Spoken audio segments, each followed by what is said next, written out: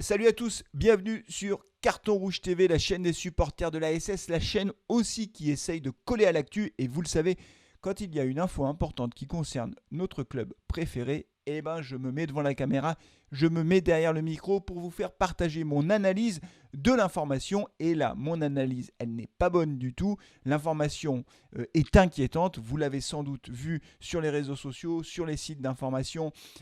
Tous les médias ont repris l'information. L'AS Saint-Étienne a décidé de se séparer de son directeur général, Xavier Tuilot, qui était arrivé en 2019, en novembre 2019, avec Claude Puel. Ils formaient ensemble un binôme. Ils avaient en gros les clés du camion pour pouvoir reconstruire et bâtir un projet à moyen long terme pour l'AS Saint-Étienne.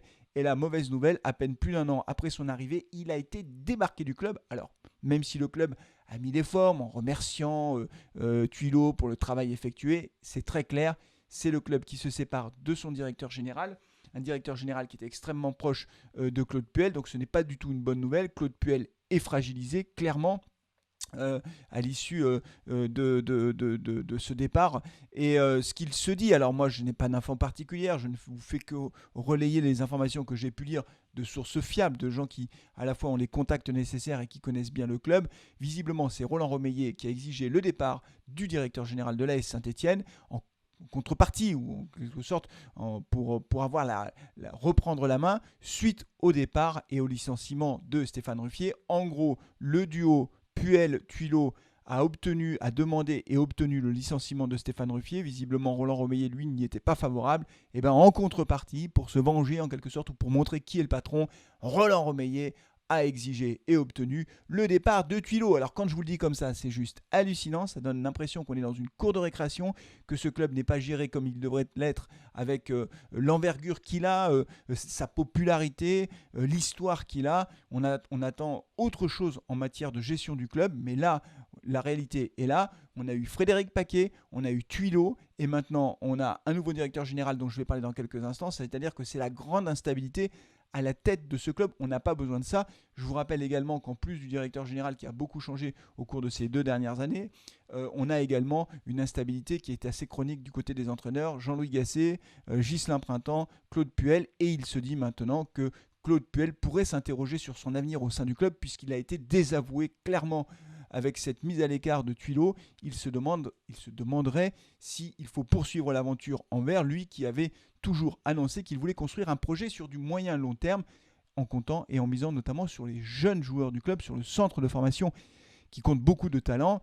Je vous dis les choses telles que je les ressens. Si Claude Puel s'en va, c'est la catastrophe. On n'a pas les moyens, une nouvelle fois, de repartir à zéro. On ne peut pas sans cesse repartir, reconstruire des projets, tout balayer. Alors moi, je ne suis pas le dernier à critiquer Claude Puel. Ça fait partie aussi de la marque de fabrique de Carton Rouge. On tacle un petit peu aussi quand je ne suis pas d'accord sur ses compos, sur son coaching, etc. etc. Je le dis, mais autant je peux être critique sur certains aspects de sa gestion. Je pense qu'il n'a pas très très bien géré le cas Ruffier, mais au global, aujourd'hui, il est aux commandes du sportif, il était aussi aux commandes du non-sportif avec Tuilot. On ne peut pas sans cesse jouer l'instabilité parce que c'est hautement nuisible pour le club, pour les joueurs et pour les supporters. Je rappelle quand même qu'on lutte pour notre maintien en Ligue 1. On n'a absolument pas besoin, en plus des problèmes sportifs, d'avoir des problèmes en coulisses. Les secousses en coulisses, on n'en a pas besoin et c'est certainement pour cette raison que la direction du club a fait appel à Jean-François Soucas. Ah oui, secousse, Soucas, jeu de mots énorme. Vous voyez, c'est énorme. Jean-François Soucas, qui n'est pas un inconnu, puisqu'il a joué à l'AS Saint-Étienne, mais qui, et là, je suis très très dubitatif, n'arrive pas avec une expérience extraordinairement réussie en tant que dirigeant de club, puisqu'il vient de Toulouse. Ce qui m'a beaucoup fait rire, c'est que dans le communiqué de Roland Romeillet, je vais vous lire exactement ce qu'il a mis. C'est avec un grand plaisir que nous accueillons Jean-François Soucas. Il a su piloter avec détermination le TFC. Il a su piloter avec détermination le TFC, Roland. Tu es sérieux là? Il l'a piloté vers où le TFC? Vers la Ligue 2. C'est ça la réalité.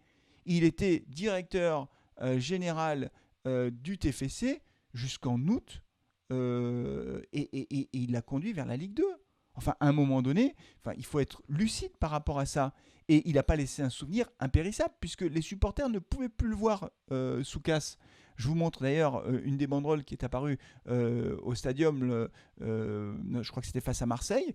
Il n'en pouvait plus. Et nous, on le récupère. Honnêtement, je n'ai rien contre lui, je ne le connais pas, je ne sais pas ce qu'il vaut, mais je suis quand même très dubitatif sur ses compétences, son expertise et sur sa capacité, dans un club aussi complexe que le nôtre, avec une pression populaire aussi forte, à construire le club de demain. Franchement, je suis extrêmement dubitatif. Alors, je ne sais pas ce que vous en pensez.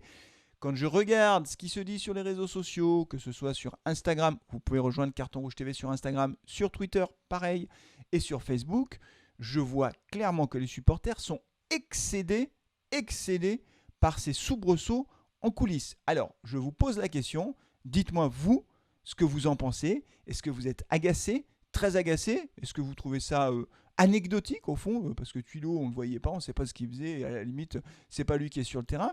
Voilà, moi à titre personnel, je suis à la fois agacé et inquiet, parce que je pense que ça ne va pas simplifier le travail des joueurs et de Claude Puel pour garantir le maintien en fin de saison, et que cette instabilité chronique du club, elle finit par nous fatiguer à la longue. Alors, on n'ouvrira pas le dossier aujourd'hui de ce que deviendra le club dans 5 ou 10 ans, est-ce qu'il sera vendu ou pas, mais en tout cas, je suis assez inquiet compte tenu de la tournure des événements et de cette instabilité chronique. Je termine juste avec un dernier point qui aussi est extrêmement pénible et qui coûte très cher au club, c'est qu'à force de virer les gens avant la fin de leur contrat, on se retrouve avec un nombre de prud'hommes à venir extraordinaire et ça va coûter très cher. Parce que Ghislain Printemps, qui a été renvoyé avant la fin de son contrat, évidemment, ça va coûter cher au club. Stéphane Ruffier, je pense que ça va coûter cher au club.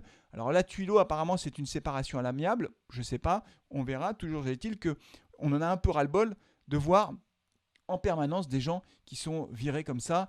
C'est la marque de fabrique de ces dernières années, une haute instabilité avec des coprésidents qui visiblement ne savent pas trop ce qu'ils veulent. Et en tout cas, du côté de Roland Romeillet, voilà une envie en permanence d'être là, de reprendre la main, etc. Il n'arrive pas à lâcher la direction du club, même s'il en est copropriétaire, la direction opérationnelle du club, c'est-à-dire la gestion du sportif et du non-sportif, il n'arrive pas à le lâcher. Résultat des courses, ça donne ces soubresauts en permanence. Il y en a marre. Voilà, en tout cas, je vous dis ce que je pense. Je ne sais pas si vous êtes d'accord avec moi. Mettez vos commentaires. Allez-y, lâchez-vous. Dites-moi ce que vous en pensez. Et puis, évidemment, j'en reparlerai pendant le live du match face à Strasbourg. On aura l'occasion d'en parler ensemble. N'oubliez pas de vous abonner à Carton Rouge TV. Si ce n'est pas déjà fait, de liker la vidéo, de la partager aussi si elle vous a plu, si ce que je dis, vous le ressentez aussi, faites connaître la chaîne. Je vous rappelle qu'on est un peu dans une course et on essaie d'avoir le plus d'abonnés possible pour Carton Rouge TV. Merci beaucoup de votre fidélité. Prenez soin de vous, prenez soin de vos proches et allez les verts quand même. Oui, toujours allez les verts. Ciao.